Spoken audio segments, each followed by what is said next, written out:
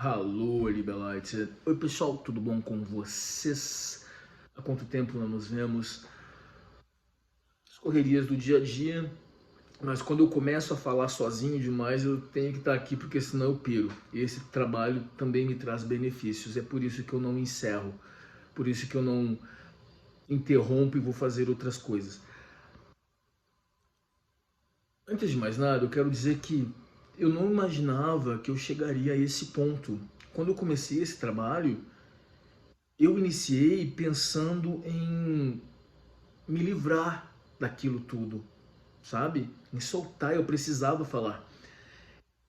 Primeiro porque eu fiquei mais de década longe da seita mórmon, já fazia muito tempo que eu não estava lá, e eu achava que com o tempo aquilo ia passar, eu fosse me esquecer, eu fosse me libertar, e eu vi que não. Mesmo adquirindo um novo estilo de vida, novas experiências, reprogramando o meu cérebro, eu vi que aquilo era uma questão que não estava resolvida em mim, porque eu precisava efetivamente dar um ponto final. E a solução para isso era a resignação. Então, isso não é um mero papel que você carrega, uma mera formalidade. Isso é quase que ritualístico, né? Tem uma enorme importância para quem solicita. E a gente tem recebido muitas contatos de vocês, meu e-mail está solto por aí, meu telefone está solto por aí, o pessoal divulga, né? Toda semana tem gente procurando e a gente tem praticamente todos que procuraram já receberam, não é? Essa semana saiu, semana passada saíram, né? Então a gente entende, é muito interessante, a reação de vocês é sempre a mesma, né? E são vocês que avalizam a continuidade desse trabalho, porque a gente vê que ele chega até as pessoas, né? Então as pessoas, há outros canais aí que divulgam, né, que a gente presta essa assessoria. Então vem muita gente pelo canal da Vânia Moore, que ela divulga lá e o pessoal encontra. É engraçado como realmente funciona. Tem, acho que aquela Silvinha recentemente entrou em contato comigo, eu dei uma olhada no podcast dela, eu já conhecia, na verdade. Interessante também. Então, e o pessoal procura, e vocês mesmos estão divulgando, né? Porque eu não sei o que acontece, que meu telefone está solto por aí. A Vânia Amor, por exemplo, o pessoal só tem o meu e-mail, né? Porque a gente não passa o telefone para ficar nas redes sociais, porque tem essa coisa de clonagem e tal. Então, tudo bem, gente, divulguem mesmo. E, mas para quem realmente tem interesse, né? Recentemente aconteceu uma coisa engraçada, né? Já aconteceram outras vezes. É claro que eu fico muito feliz quando me procuram e a pessoa me diz: eu tô maratonando teus vídeos desde ontem, eu passei a noite inteira escutando. Eu fico lisonjeado, honrado mesmo. Mas a gente quer que as pessoas estejam aqui pelos motivos certos, que elas realmente entendam o que é a organização Mormon, o que são esses grupos que estão por aí, porque nós, né, expandimos, ampliamos o debate, ampliamos a discussão para algo além do mormonismo, porque a gente vê aqui que alguns de vocês são experts, né, são viciados em seitas, é impressionante, sai de uma, entra na outra, e não querem se convencer de que a verdade não se busca bater na porta de alguém. A verdade é uma convicção subjetiva, é criada por você, do seu interior. Claro que temos aí a nossa história, né? É a relevância da educação que a gente recebe, mas nós somos seres independentes, né? Por mais que a gente herde os genes dos pais, a educação que é ministrada pelo testemunho não é transmitido geneticamente, né? Embora haja estudos científicos que apontam para uma inclinação cerebral, a busca por espiritualidade, né? Antigamente isso era super antigamente, muito antigamente, lá na origem do homem, né? Do hominídeo, do homem das cavernas, do homem neandertal. Corrija-me se eu estiver errado. Quem era o homem na época das cavernas? Corrija-me aí, porque agora não estou raciocinando nesse sentido. Ele via a manifestação da natureza, ele achava que era Deus. Então, um trovão, o raio, ele estava dentro da caverna e ele faz as pinturas rupestres e o espanto diante do poder das entidades. Isso era uma superstição porque não havia ciência. Então, os séculos se passaram, os milênios e milhões de anos se passaram, né? E é interessante como a superstição ainda é muito relevante. Nós já trouxemos muitos artigos sobre isso. Trouxemos no nosso último vídeo a ascensão das vertentes cristãs no Brasil, todo o retrocesso que está acontecendo nesse país. a influência política e o tensionamento que agora existe, porque agora a gente não vai mais simplesmente votar democraticamente, mas agora estabeleceu-se uma guerra santa entre o bem e o mal, o maniqueísmo. O que é o maniqueísmo? É o bem e o mal. É o inimigo a ser enfrentado. Assim como as religiões criaram um inimigo, que é o diabo, aqui me referindo ao cristianismo, né? O inimigo, fique sob os nossos cuidados, fique dentro da igreja, porque aqui você estará seguro. Você precisa e depende de modo vital da nossa proteção, porque lá fora é o diabo que manda. Então é esse pensamento antiquado, anacrônico, que arrasta este país para o cadafalso do retrocesso. Eu fico muito contente quando vocês me dizem que estão gostando, que estão maratonando casos de pessoas que, cara, eu estava com o batismo marcado, ainda bem que eu assisti esse vídeo. Olha, os missionários estão vindo aqui em casa. Teve um caso engraçado que o guri falou assim, bom, agora que eu já tenho esse conhecimento todo, agora só me falta criar coragem para falar com os elders. Ou seja, ele já estava se sentindo pressionado. Se ele precisa criar coragem, é porque a lavagem cerebral já estava operando os seus efeitos. E aí, cada missionário usa de uma estratégia, né, para atrair, para cativar a pessoa, porque existe o que a gente chama de sedução no discurso, o carisma, a habilidade com a palavra. Há muito tempo atrás, quando eu ainda era mormon, eu nunca fui mormon, na verdade, né? Eu nunca fui, porque eu nunca abracei aquilo ali, eu fui forçado. Nós já vamos entrar nesse ponto, tá? Mas eu me lembro que em determinado momento, eu acho que eu já havia saído, minha mãe que deve ter comentado comigo, que a recomendação agora para os missionários mormons não era mais seguir um script, mas se deixar guiar pelo Espírito. Mas o Espírito, o que esse treinamento está querendo dizer? Para nós que não somos mais bobinhos nem nada, né? Porque nós perdemos a paz, agora a gente desconfia. Não é o Espírito, é ser astucioso. O que aquela pessoa gosta? O que ela gosta de ouvir? O que ela precisa? Ela precisa de amigos? Vamos ser esses amigos para ela. Ela precisa de atenção? Vamos dar um ombro para ela. Ela precisa de uma cesta básica? Porque o que a igreja vai te oferecer se você não for miserável? Se você não precisar de um milagre? O trabalho deles consiste justamente em te vender um milagre. O trabalho deles consiste justamente em te vender um pedacinho do céu. Você paga mensalmente 10% do seu salário bruto, a incidência desse tributo vitalício. Fora outras cobranças adicionais. E aqui a gente não está nem falando de tempo, do tempo e energia, gastos, que isso você não traduz em dinheiro. Não sei se há cálculos, né? Então, se você não está esperando milagre, eles não têm nada para te vender. Então, eles criam todo esse terrorismo em torno da pessoa, eles vão cercando a pessoa. E o missionário mormon, então, ele tem que ter astucioso, dizer o que a pessoa quer ouvir. Não é? Eles dizem que isso é a influência do Espírito Santo. Seja bem-vindo a esse vídeo que nós vamos trabalhar um pouco mais sobre as técnicas de manipulação e mais especificamente sobre a doutrinação religiosa infantil. Vamos debater essas questões à luz da legislação e também tendo em vista o que dizem os psiquiatras e psicólogos sobre o tema. Recentemente uma pessoa me procurou aqui e mandava muitas mensagens, né? Muitas mensagens, estou adorando o seu canal, que bacana, nossa, eu não acredito que você tem tão poucos seguidores, você merecia ter nem 1 milhão de seguidores. Claro que eu fiquei lisonjeado, lógico. Né? Mas eu realmente não estou preocupado com isso, porque se eu estivesse preocupado, vocês já me ofereceram para editar meu canal. Não que eu seja débil mental, eu posso parar e aprender, mas eu não tenho tempo, efetivamente eu não tenho tempo. Já me ofereci, já fiz convidado para canais aí que tem centenas de milhares de seguidores, canais grandes, alguns dos nossos colegas até foram convidados e foram. Eu recusei. Eu recusei porque eu não quero responsabilidade nenhuma. Eu sei que alguns aí são desesperados para aparecer, mas não é o nosso caso, não é? Eu não quero responsabilidade para minha vida, eu já tenho muita coisa para fazer, eu tenho muita coisa para colocar em ordem. Eu não quero ser modelo de conduta para ninguém. E, por favor, divirjam do que eu digo, porque aqui não é um espaço de imposição, aqui é um espaço de discussão, de debate.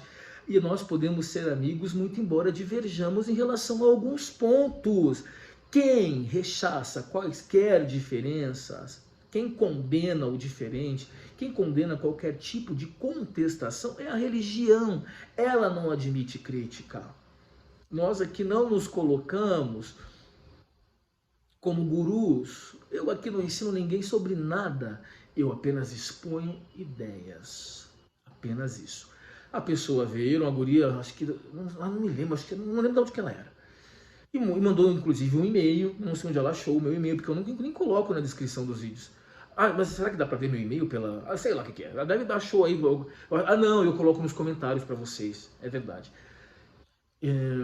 Me fala mais sobre a resignação, tô encantada. Elogiou até a minha aparência, muito obrigado. Aliás, vocês andam meio salientes aí com os comentários.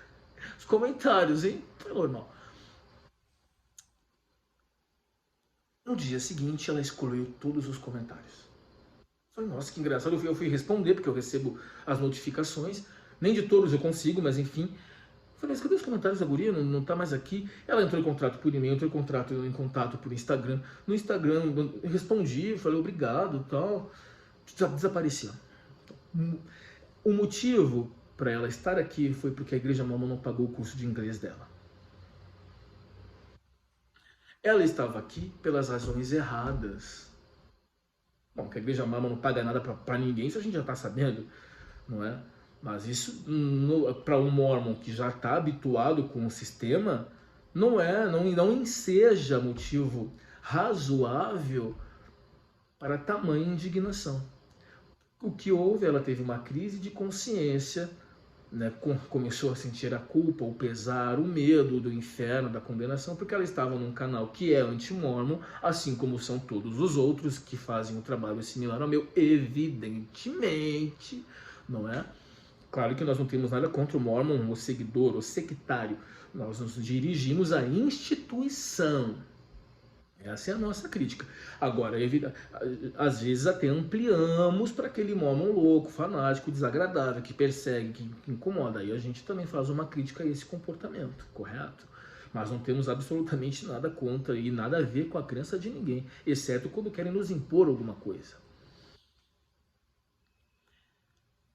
Sentiu o pesar, desapareceu, apagou todos os comentários e se mandou. Provavelmente ela foi falar com o bispo para pedir perdão. E os 5 passos do arrependimento. Lembra deles? Os 5 passos do arrependimento? Você conta nos dedinhos. A gente vai fazer um vídeo sobre isso. Você tem que sentir o pesar, sentir o remorso e nunca mais voltar a fazer. Aí Deus te perdoa. E claro que existem os pecados que você pode... As transgressões, os crimes que eles têm, um código, né, que é lei para eles, os mais graves, os mais amenos, os mais brandos, e às vezes é difícil se conseguir o perdão de Deus, você pode ser excomungado, desassociado, enfim, existem ali as medidas disciplinares. Possivelmente ela foi fazer isso, tá? Então esteja aqui pelas razões certas, procure esse canal pelos motivos certos, ok?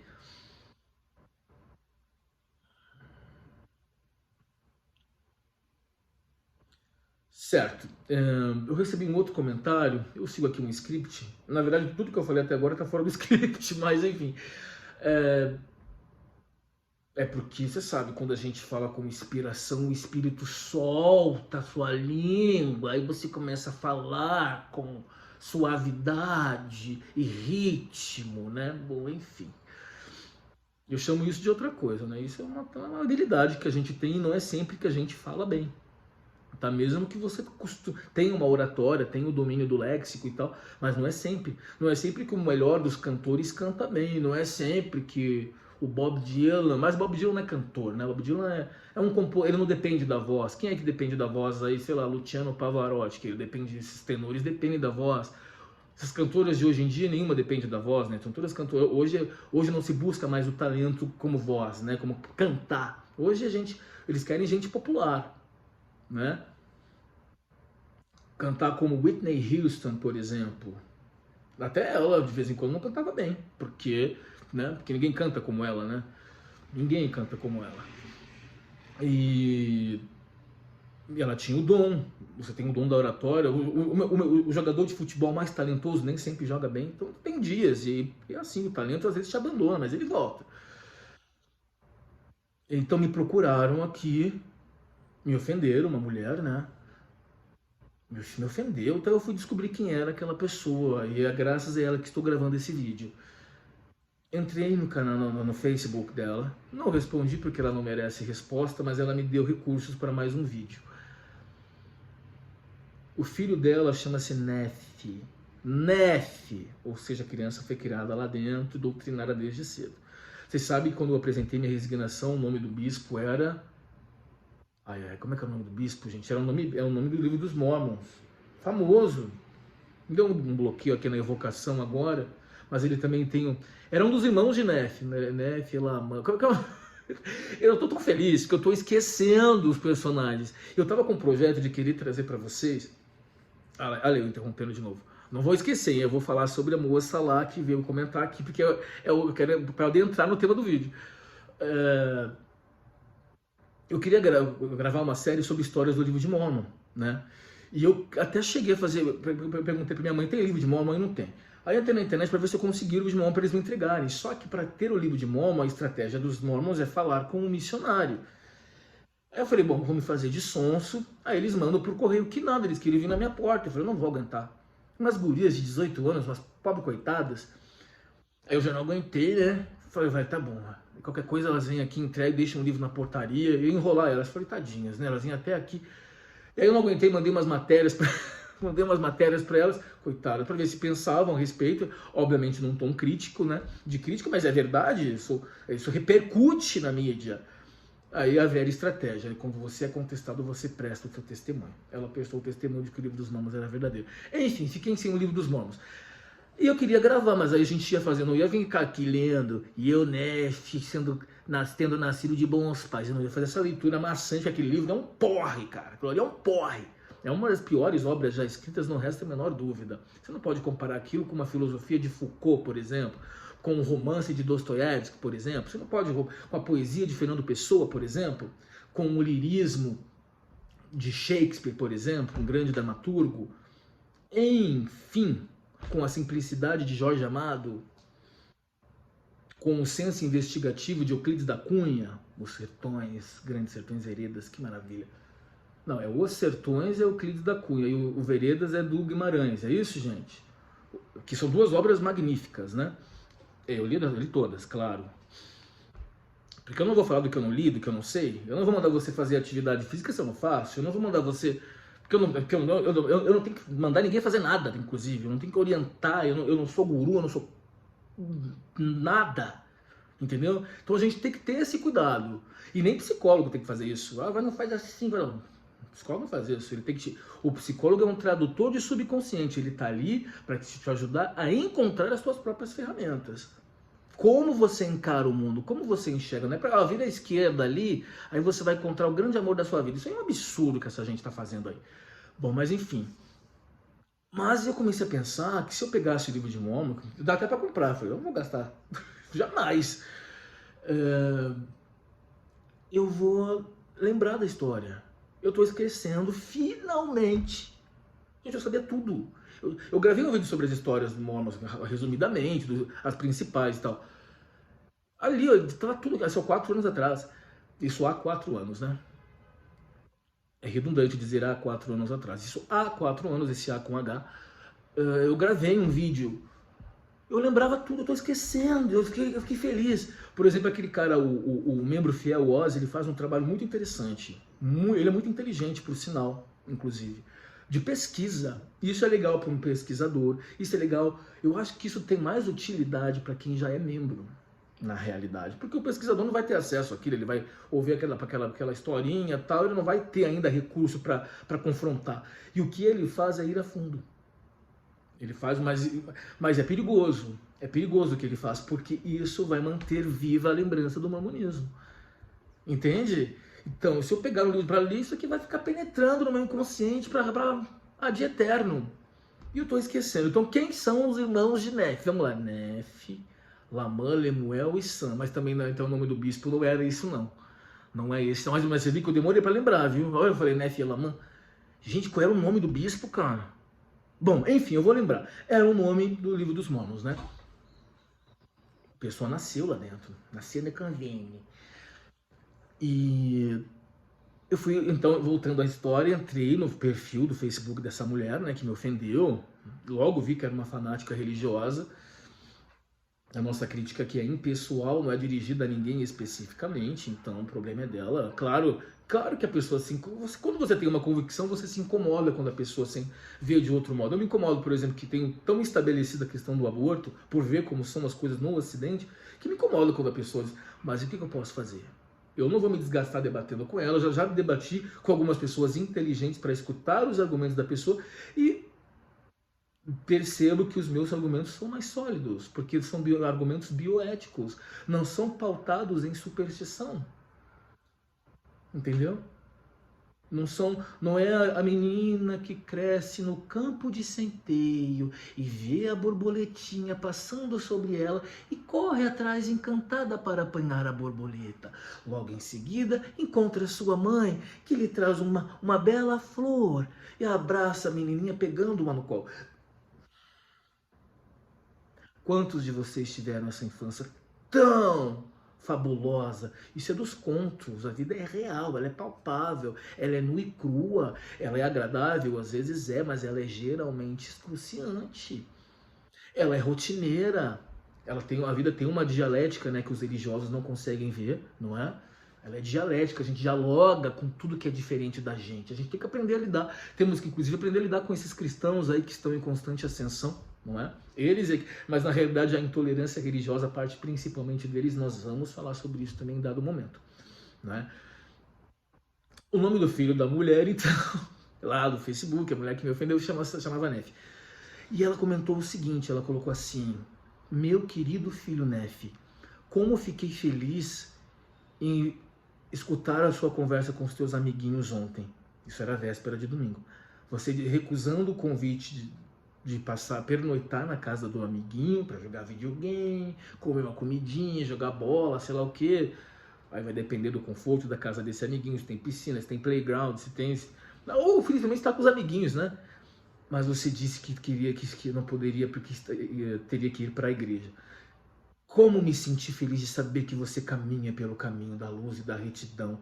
O grande homem que você será com sua belíssima esposa. Olha lá, ela criando o filho à sua imagem e semelhança. Ela não está criando um ser humano independente. Ela não está concedendo ao filho sequer o direito de pensar. É óbvio que a criança foi doutrinada para dizer aquilo. Ela nem enxergou que o filho não está, provavelmente, dizendo aquilo porque ele está entusiasmadíssimo para ir para a igreja amanhã. Isso que eu estou falando de uma família de classe médiazinha, tá? Classe C, tá? Pelo que eu pude observar. Classe social é relevante sim, tá? Tem necessariamente a ver com discernimento? Não. Não. Você pode ser uma doméstica e criar muito bem os seus filhos. Eu tenho exemplos. A própria pessoa que trabalha aqui, que é minha amiga, que foi minha camareira durante muitos anos, criou as filhas maravilhosamente bem. Não tem nem ensino médio. Nossa, casaram na hora certa, foram fazer faculdade com o dinheiro que tinham, com os recursos que tinham, fizeram. Casaram com pessoas de bem, foram ter filho na hora certa. Todas já têm casa própria, pessoas de 20 e poucos anos. Tudo certinho, tá? Bem diferente desses mormons aí que dizem que vai nascer num lar conceituado. Que já como eles são instruídos a repovoar o planeta Terra depois da bomba atômica, então é 3, 4, 5, 10 filhos, ainda é assim, porque tem que trazer os filhinhos do Pai Celestial para um lar conceituado. Aí você vê os filhos crescem todos disfuncionais. Por quê? Devido à pesadíssima doutrinação religiosa que impessoaliza, que furta, que sequestra a subjetividade das pessoas. O testemunho não é genético. Seja bem-vindo a esse vídeo em que finalmente vamos discutir os perigos da doutrinação religiosa infantil após um longo e proveitoso prólogo. Então a mãe ali dizendo, que feliz que eu tô, mas será que ela não pode pensar? Quando eu era criança eu gostava de ir pra igreja, gurizinho ainda, guri, né, que quer jogar bola, quer, sabe? Eu odiava ir para a igreja. Eu odiava ir para a igreja. Eu sempre odiei. Por isso que me assusta um pouco quando eu vejo pessoas que saíram do mormonismo saudosistas. Ai, foi lindo, eu saí. Então por que saiu? Ah, porque eu descobri esses fatos. Mas você gosta. Fique lá sabendo desses fatos. E aprenda a usar o sistema a seu favor. Não saia, porque quando você sai da gaiola, você perde também a proteção, você perde a rede de amigos, você perde um monte de coisas. Então fique. Para mim aquilo ali sempre foi insuportável, eu odiava aquilo ali. Em algum momento da adolescência, eu disse assim para mim mesmo, eu falei, eu vou crescer, eu quero me disciplinar para crescer, eu quero ser bem sucedido. Mas a única referência educacional que me disseram é vá para a igreja que tudo se resolve. Então eu comecei a investir na igreja, porque eu tinha a esperança de crescer economicamente, intelectualmente. Um belo dia que eu saí de lá, eu vi que os dezenas de livros que eu li não me serviram para nada, porque ninguém aqui fora sabe de falar disso. Você não vai para uma entrevista de emprego, na época eu procurava emprego, você não vai lá e falar, rezar, falar da sua oratória, você não vai. Não tem nada, isso é uma realidade paralela que não tem a menor utilidade fora dali. Aquilo é importante ali dentro. Aquilo é importante ali dentro. É claro, eu tinha acesso à casa de todo mundo, era muito bem tratado, todo mundo me adorava, eu era conhecidíssimo. Eu não conheci nenhum adolescente que fazia o que eu fazia, eu nunca vi. Eu ia para todas as estacas, eu tinha amigo em todo lugar, eu conhecia todo mundo dentro da igreja.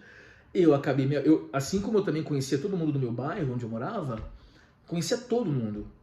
Quando eu começo a me aproximar da igreja, eu corto todos os laços, olha que louco, e estabeleço relações apenas com a igreja. Depois eu fui morar num outro bairro, no Jardim Boa Vista, aqui na periferia de São Paulo. Quando eu cheguei, os guris, na época eu competi, eles me viam uniformizado e tal, me convidavam para jogar bola, eu não ia. Eu não fiz amizade com ninguém da rua. Já estava em outro bairro, não fiz amizade com ninguém. A minha relação foi a igreja. Quando eu saí da igreja, eu perco tudo, fiquei completamente sozinho. Porque existe o ostracismo, os amigos que você faz lá dentro ficam lá dentro. Então, para aqueles que saíram do mormonismo, porque descobriram certos fatos, que se sentiram molestados, mas que ainda se sentem falta, volte. Não fique. Como eu disse, se estiver aqui conosco, já me procuraram para resignação. Ah, eu não sei se eu devo, mas o que eu tenho a ver com as tuas dúvidas? Eu estou te oferecendo uma assessoria jurídica, um apoio para você poder se conduzir, é só isso. Portanto, só me procure quando você souber o que é para a tua vida, porque eu não estou aqui para te orientar nada, quem faz isso são eles. São eles que batem na tua porta para vender para você um produto que não existe, a bem da verdade, e que te convence que você precisa deles. Eu não estou aqui para nada disso. Só procure a nossa assistência se você sabe o que quer para... mas eu não sei, teve um caso de um guri que ele tinha acabado de se batizar e os mormons aliciam, eu usaria esse termo, tá? Aliciam adolescentes. Vários já me procuraram. E muito inteligentes, por sinal. Porque o cérebro está fresquinho ainda, o cérebro não está enferrujado. Não é cérebro de gente que já não consegue, está cansado até de pensar. Porque é assim. Não me você vai me desculpar, mas é assim mesmo. A maioria de nós aqui vai envelhecer mal. Envelhecer mal, porque a gente começa a cansar, o cérebro já não... Sabe? Das pessoas idosas que eu conhecia, eu não sei, eu acho que cabe na mão. Aquelas que eu olhei, tá, esse aí tá vivo. Porque às vezes você morre e não percebeu. Tá ainda vivendo, tá aproveitando a vida, tá vivendo alguma coisa, não tá ali. Tá entendeu? Então eu gosto muito quando os guris procuram. Guris de 18 anos, olha. E guris de gente, família pobre. Família pobre, teve um no Nordeste. Ah, não, deixa eu falar primeiro desse outro. Que ele falou assim. Ele me procurou, eu acabei de entrar, mas é que eles me pressionaram, eles começam a bombardear a cabeça da gente, todos eles relatam isso. Mas tem coisas boas, a galera lá, o pessoal tal, mas é que eu não tinha ainda feito uma pesquisa, porque são guris novos, eles ainda não têm esse sentido, nesse senso de pesquisa tal. E a pressão é grande, os mormons, quando eles começam a doutrinação em cima de vamos marcar o nosso próximo encontro para quando? Eles vão podemos voltar aqui, vamos marcar aqui. Eles começam a te prospectar, então eles investem em você que é para te puxar lá para dentro.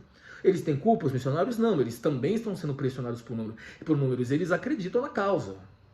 E às vezes porque foram doutrinados desde a infância. Né? Ainda não consegui entrar no tema, mas enfim, qualquer coisa a gente faz em 2 vezes. Ele entrou em contato e falou, ele estava convicto, sabe? Aí eu falei, tá, funciona assim, assim, assado e tal. E aí depois O cara me fez perder meu tempo, porra. Tem mais o que fazer? Aí ele me falou assim, não, mudei de ideia. Eu falei, tá bom. Mas fiquei puto da vida, né? Vou falar o quê? Dias depois a mãe dele entra em contato comigo, que ele era gurizinho, né? A mãe, fala com ele, fala lá com o doutor. Ela, me desculpe, mas é que meu filho entrou para essa religião, eu nem sabia nem do que se tratava, ele nem contou para a família. Olha, que religião é essa? Ah, ele é maior de idade, então ele já responde por si, que religião é essa? Porque isso provoca a erosão da unidade familiar. Logo, eles que falam que as famílias poderiam ser eternas. É que às vezes funcionam, eles plantam a semente naquele lá do produto deles e o filho influencia a família e a família começa a frequentar. É uma estratégia, não deixa de ser. Tudo é estratégico ali, nada é espiritual, que o espírito falou no meu ouvido. A mãe era uma doida que tem um tal do espírito que falava com ela o tempo inteiro. Esquizofrênica, óbvio, né? Autossugestionada. Eu falei, mas senhora, eu não tenho tempo pra isso. Não, mas ele pediu. Mas eu achei engraçadinho, gurizinho novo ainda. Mãe, fala lá com ele. Aí eu falei, não, tudo bem, mas ele precisa falar comigo então, porque eu não posso. Eu tenho que saber se é a vontade dele, eu não posso, a gente não pode fazer nós dois aqui, tá? Aí ele falou, não, doutor, desculpa, não sei o que. Aí fez. Aí depois ele entrou em contato, chegou, recebeu a cartinha lá, muito obrigado e tal. Teve uma guriazinha também essa semana que recebeu, e um guri do Nordeste, teve dois, um muito inteligente, muito desafiou a família era mórmon, ele foi criado lá dentro, ele segue o nosso canal, segue nossas redes sociais, muito inteligente, esse de todos era o mais convicto. Ele falou, mãe, não quero saber disso. Ponto final. Esse de todos foi o mais interessante. E teve um gurizinho bem simplesinho, que era o arrimo da família. A mãe no Nordeste, em algum lugar do Nordeste, eu não sei se era Pernambuco, Paraíba, que às vezes eu confundo, embora eu conheça os dois estados. Ele falou, olha, cara, que eles deixaram um livro aqui em casa, mas aquilo ali vai te puxando, porque eles me falaram que era vontade de Deus. Lembre-se, são pessoas simples. E aqui em casa, quem sustenta, se minha mãe tá doente, idosa, sabe o que eles fizeram com o guri? Eles batizaram com essa doutrinação pesada, não tem essa coisa assim, volta depois, deixa eu pensar primeiro, Helder. Ah, mas quando eu já querem marcar o próximo encontro, não sei quando é minha loteria agenda, preciso ver, não tem nada disso não, e guri é mais fácil, né? E aí ele começou a ver os vídeos, aí disse que ele pegou os vídeos da Vânia Moura, ele mostrou para os missionários dentro da capela, aí disse que os elders, não, você tá vendo isso aí, essa coisa de apóstata, de não sei o que, esse pessoal aí vai todo mundo pro inferno, todo mundo vai postar. Só que ele não caiu na conversinha deles. Ele falou assim, sabe que eu sei que eles estão mentindo? Porque eles querem que eu abandone minha mãe aqui sozinha e doente, que depende do meu trabalho, para eu servir missão para eles. E ainda é o que eu vou ter que pagar. Seja bem-vindo ao absurdo mundo da igreja mórmon. E você pensa que esse modus operandi é exclusivo deles? Não, não se engane, não se ludibrie. É comum em vários vertentes do cristianismo. E o falso cristianismo da igreja mórmon, que destoa absolutamente desse cristianismo tradicional. Portanto, vamos lá. Gente, eu acho que vai ficar longo. Se eu entrar na questão aqui da doutrinação religiosa infantil, vai ficar longo. Vou fazer o seguinte... Ou eu continuo e vocês aguentam? Porque aí depois eu vou ficar um tempão sem vir, vou ficar mais tempo sem vir, né? Porque veja bem, contando a minha história pra vocês, vamos ver até onde a gente vai. Na infância, né? Que foi uma infância horrorosa mesmo, sob todos os aspectos. Não é aquela coisa, eu fui uma criança pobre, mas eu tinha carinho, eu fui uma criança... Porque subentende, supõe-se que ser criado numa religião, você receba carinho e afeto em casa. Essa criança, esse Nef, filho dessa louca aí, que situação. É óbvio que a criança queria estar com os amigos. Se você aí, criança, criada no mormonismo, amava ir para a igreja e preferia ir para a igreja do que estar com os teus amiguinhos jogando videogame, jogando bola, você guriazinha que jogava bola, jogava não sei o quê, coloca aqui para mim, porque eu tenho estabelecido que qualquer criança, ou pelo menos a imensa maioria, e desculpe-me aqui o pleonasmo, né? Mas é necessário para enfatizar a linguagem, prefere vida de criança. Não ficar num banco sentado ali, enfadonho, ouvindo aquele bando de baboseira, né? Porque criança a gente nem tá entendendo. E geralmente os discursos são péssimos, porque as pessoas não têm a habilidade. Isso é uma coisa que não é só desenvolver, é uma coisa que você nasce. A gente nasce com certas habilidades, outras a gente até desenvolve e melhora, mas dom, talento é uma coisa que você nasce, né? Aquele calor insuportável, você morrendo de fome, porque a minha infância foi assim. As outras criancinhas que eram pobres também, mas todo mundo tinha uma bolachinha, tinha alguma coisa. Eu não tinha, eu ficava roncando de fome. Ou então eu levava um pãozinho com ovo. Eu não vou fazer isso, deselegante, nem pro colégio eu levava. atravessava aquela, nossa, aquela odisseia, aquela saga, né? Aquela epopeia todos os domingos. Vamos para a igreja, aquele frio de matar. O sapatinho da criancinha já era furadinho embaixo, né? Porque você sabe como é que é a vida do pobre. Se sou eu, pobre, ferrado, eu vou pegar os meus filhos e vou atravessar um nevoeiro a pé, porque não tenho condições para pagar uma passagem de ônibus, porque havia ônibus que passava perto da igreja. Eu vou expor os meus filhos a um sacrifício como esse, sinto muito, eu não vou, porque os meus filhos já passam demais. Eu não precisa ser instruído para isso. Entretanto, minha mãe, é óbvio que eu tenho indignação com ela, é evidente isso, eu acho que isso fica. De hora em hora eu preciso, ela não vai ver esse vídeo, ela só vê quando eu envio para ela, que ela não quer mais saber de mormonismo e tal. Mas eu fico incomodado, às vezes em casa, homem adulto. Eu lembro de certos fatos, vai ser burra assim na casa do chapéu. Mas eu preciso me conter, porque ela também era uma vítima. Ela tinha 15, 16 anos com 2 filhos de idade, dois filhos no colo. Entende? E o mormonismo foi para ela uma referência, um guia, porque ela não tinha instrução. Mas agora só esqueceu de raciocinar, né? Porque a gente raciocina, nós somos seres racionais, não é? Enfim, era de revoltar aquilo. E rigidíssima, muito. As crianças ficavam no chão na casa sacramental, as crianças no chão brincando com os bonequinhos que os pais levavam para a criança poder. Porque entende que a criança é hiperativa, a criança precisa brincar, a criança é criança. Ela me obrigava a ficar com os braços assim. Eu, um guri hiperativo, eu não tenho aquele temperamento fleumático. O que é o temperamento fleumático? É aquela pessoa que o mundo está acabando, ela está assim, ó. Sabe aquela pessoa que parece estar tá sempre com sono? E esse temperamento é bom até para educadores, porque eles têm paciência para educar, mas eu já tive professores assim, eu quero morrer de sono. Porque até para explicar, essa gente mata você.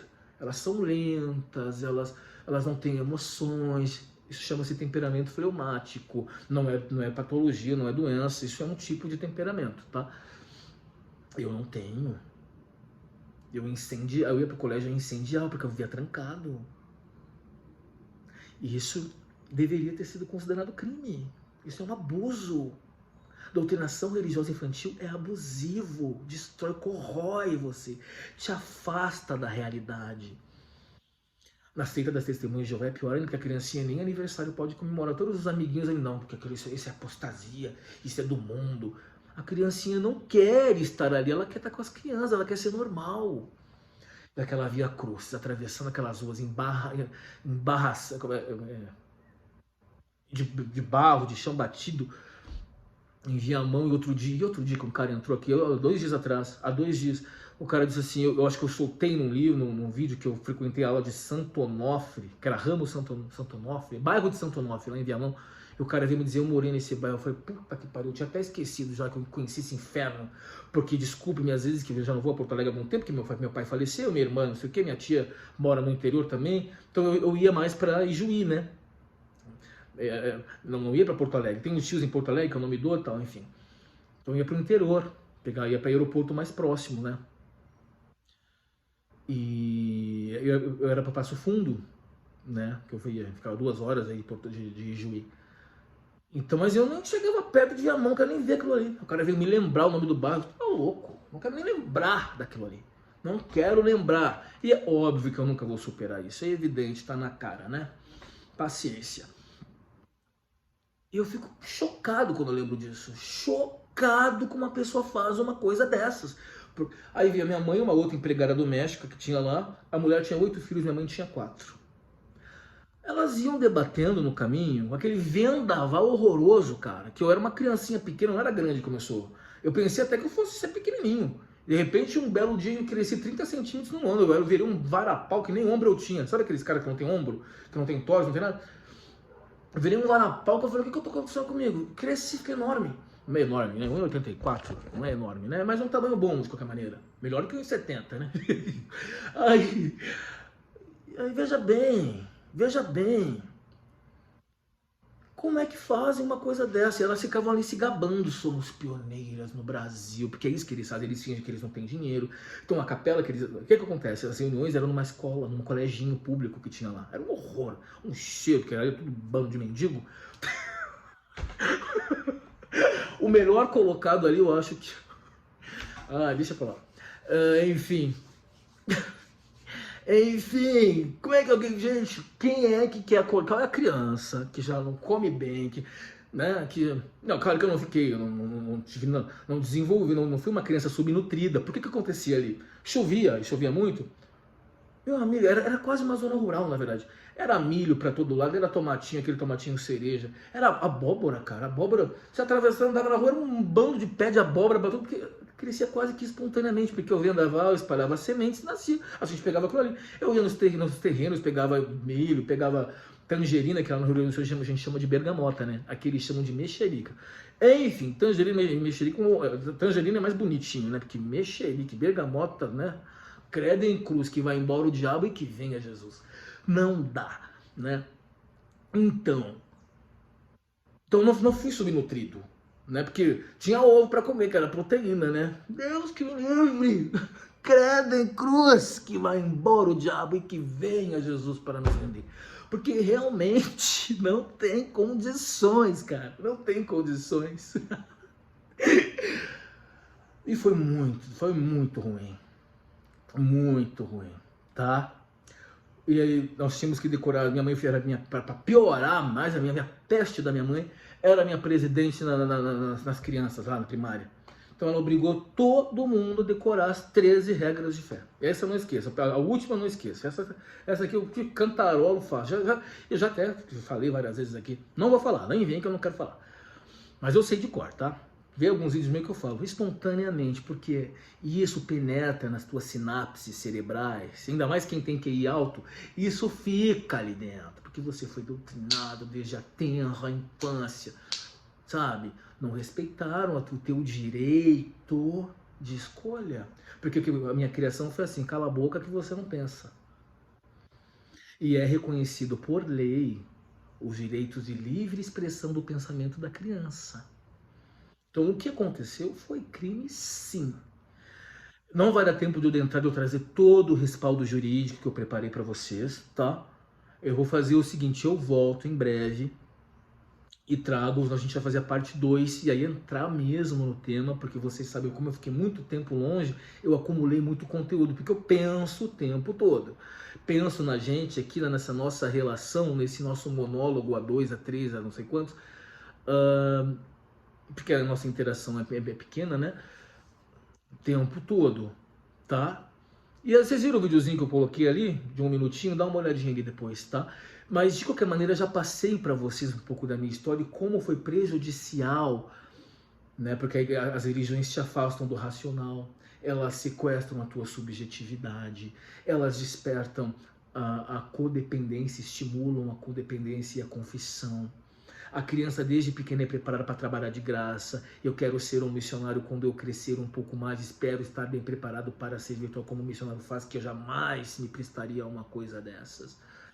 Jamais. Eu jamais faria uma coisa dessas. A não ser que eu tivesse sido mais inteligente e malicioso e usasse o sistema a meu favor. Já que eu estava ali mesmo, eu tinha tudo para ter me dado muito bem ali dentro, todo mundo já falava, né? Eu já levava todo mundo na conversa quando era adolescente, você imagina adulto, né? Eles iam, como eles sempre fizeram comigo, me colocavam numa posição de liderança, porque eu adoro fazer isso e gosto de entregar um trabalho bem feito. Só que aí não tem bispo para mandar em mim, eu fazia assim, ninguém me mandava fazer nada, porque eu não tô nem aí. Porque é como entram aqui às vezes e falam, eu fui missionário, eu fui bispo, eu fui não sei o quê. Cara, eu tô me lixando pro que você fez na igreja. Eu não fui bispo, eu não fui missionário, porque eu não sou tapado. Me desculpe-me se atinge a susceptibilidade de alguém. Não estou falando isso para ofender vocês, meus amigos aí, por favor, que serviram como missionários. Na realidade, eu tive um desequilíbrio emocional muito grande, não tinha nem como. Surtei completamente. Não é? E aqui os mormons acharam, olha o que o diabo fez com ele. Pirei, choquei a opinião pública. Doutrinação infantil prejudicial. Imposição de uma criança a uma criança. Hoje em dia eu conversei com uma amiga minha, que eu sou amigo do irmão dela, né? Ela continua na seita mormon, mas ela vai numa boa. Ela sempre ela é muito engraçada, que ela falou assim, eu tinha aquele progresso pessoal lá das moças, que tem aquele... É um livrinho de metas para elas irem crescendo espiritualmente. Ela falou assim, toda vez ela falava assim, falta só uma meta para eu conseguir e tal, não sei o quê. E não falava que meta era essa. Aí outro dia ela falou assim, Não é, rapaz. Quando chegou na parte do sexo, eu não consegui. Chegou na parte do sexo, eu não conseguia guardar ainda a castidade. Falei, essa é esperta. Sempre tomou a cervejinha dela, então ela vai lá numa boa. Ela falou assim, minha filha só vai na igreja quando ela quer. O Bruno tem 10 anos de idade, 9. Quer ir pra igreja? Vai, não quer, fica com a vovó, fica em casa, também não vou. É outra maneira de encarar as coisas. É claro que o poder de corrosão disso aí é tão grande quanto você permite. Vai depender do seu grau de envolvimento, do teu nível de fanatismo, que tantas vezes trouxemos aqui. Vamos atravessar uma tempestade de areia, vamos atravessar um ciclone lá, aqueles ciclones que dá em Santa Catarina, que vai pelo Rio da Prata. Vamos para ir para a igreja porque os últimos tempos estão chegando. Eu sou uma pessoa louca para fazer uma coisa dessa. Porra, você tem um dever, a obrigação e o dever imposto pela lei de cuidar dos seus filhos, de garantir a eles um futuro, a proteção. A criança pode ficar gripada, a criança não tem um calçado, vai com esse calçado mesmo, era assim que a gente ouvia. Vai com esse aí que Deus vai abençoar. Chegava lá e pagava o dízimo ainda, de tão inteligente que era. É duro. E aí hoje a minha mãe mesmo morre de vergonha, né? Eu nem falo isso pra ela não vai ver esse vídeo, fiquem tranquilos, porque seria cruel da minha parte, embora dê vontade, não vou negar. Mas eu não faço, não posso fazer isso, entendeu? Porque ela também não sabia, e tem gente que é tapada mesmo, paciência, né? Tem tantas vezes eu sabia das respostas antes deles, tantas vezes. Tantas vezes. Quando eu me alfabetizei, ela dizia que eu não pensava, né? Porque era assim que eu tinha. Lembra que era assim? Fica quieto que você não pensa. Criança não pensa. Tá na lei. O respeito à livre expressão do pensamento da criança. A gente vai trazer isso no próximo vídeo, tá? Pra você aí ficar abrir o olho, tá? Que não é porque é o teu filho que você vai criar a tua imagem e semelhança, que você vai forçar a criança a fazer tudo o que você quer, que você vai espancar. Existem mil maneiras de agredir alguém, tá? E eu lembro que eu estava desesperado, né, para me alfabetizar logo, porque aquelas coisas maravilhosas do livro dos Mormons, eu pegava aquele livro, o que tá escrito aí de tão maravilhoso? 6 anos de idade, fui para o colégio Emílio Massot, lá em Porto Alegre. Fui uma das primeiras crianças a aprender a ler, talvez a primeira, alguns aprenderam ao mesmo tempo, né? E eu me lembro que eu comecei a juntar as sílabas e havia uma placa, aquela marca de doce de leite famosa no Rio Grande do Sul, Mumu, nem sei se existe mais.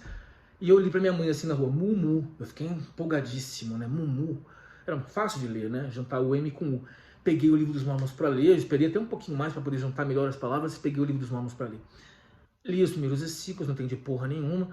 E aí eu falei, tá, vou ler de novo para tentar entender. Logo em seguida, eles mudaram aquela versão do início dos anos 90, meados dos anos 90 ali, que era um livrinho de capa dura, com letra maior, lembra disso? E veio essa outra versão, essa tradicional que os missionários distribuem por aí. Então eu tinha a versão anterior e a versão atual.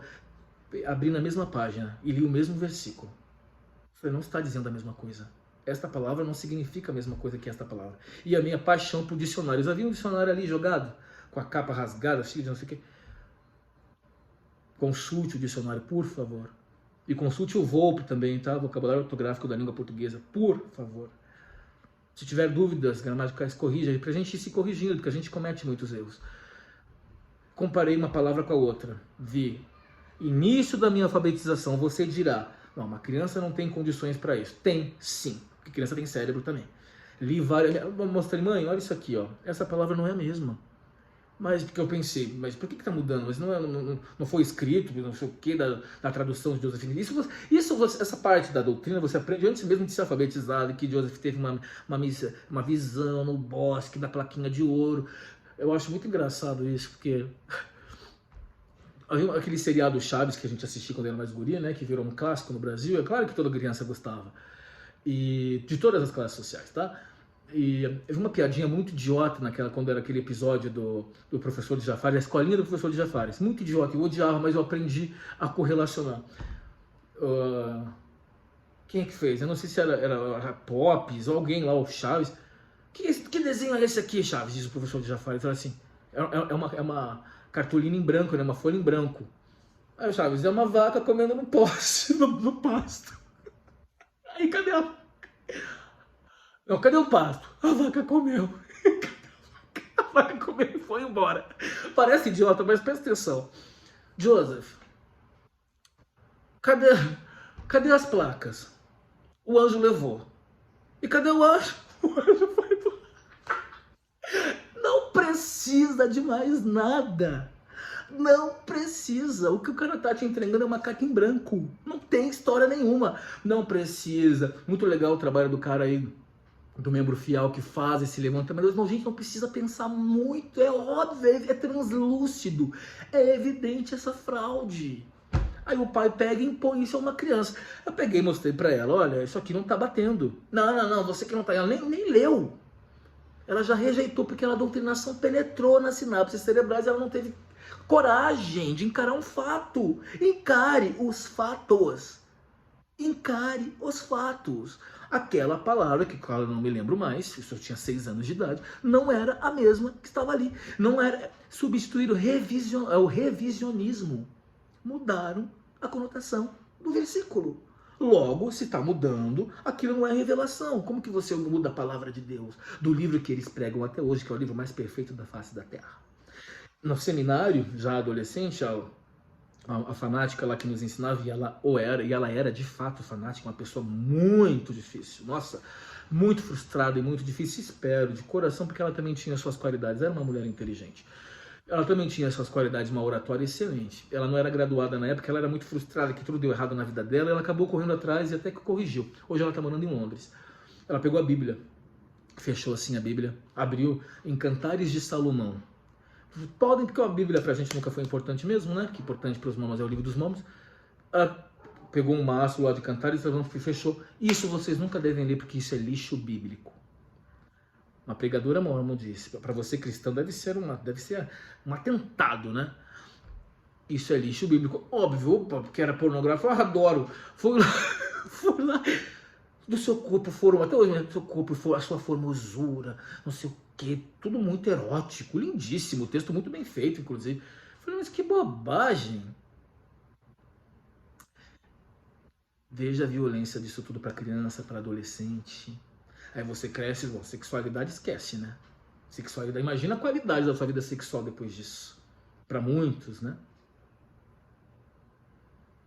Sexo é demoníaco, né? Porque a mãe de Jesus era virgem. Olha o cristianismo aí, ó. Olha o cristianismo, isso aí vem do cristianismo puro, né? Era virgem, porque ele tinha que vir na pureza. O sexo é imundo. E quando é para fazer nos laços do casamento, estritamente, e não para ter prazer, é para parir, para repovoar o planeta Terra e para propagar a mensagem deles. Gente, eu vou parar por aqui. Falei demais, eu precisava muito falar. Vocês não sabem como isso é terapêutico para mim, que eu sou uma pessoa que precisa da fala, que trabalho com a fala, e eu não trouxe a parte jurídica da doutrinação religiosa infantil, mas eu trago no próximo vídeo. Espero que o mais breve possível. Certo, gente? Tava com saudade de vocês, tava mesmo, certo? E a gente fala sobre alguns temas depois, que eu esqueci, não deu tempo de falar, porque eu falaria por 2 horas, mas eu também já tô cansado, nem café da manhã tomei ainda. Boa semana para vocês, e eu desejo e espero do fundo do coração que Deus elimine a todos, hereges e apóstatas. Tchau, a gente se vê em breve, um abraço.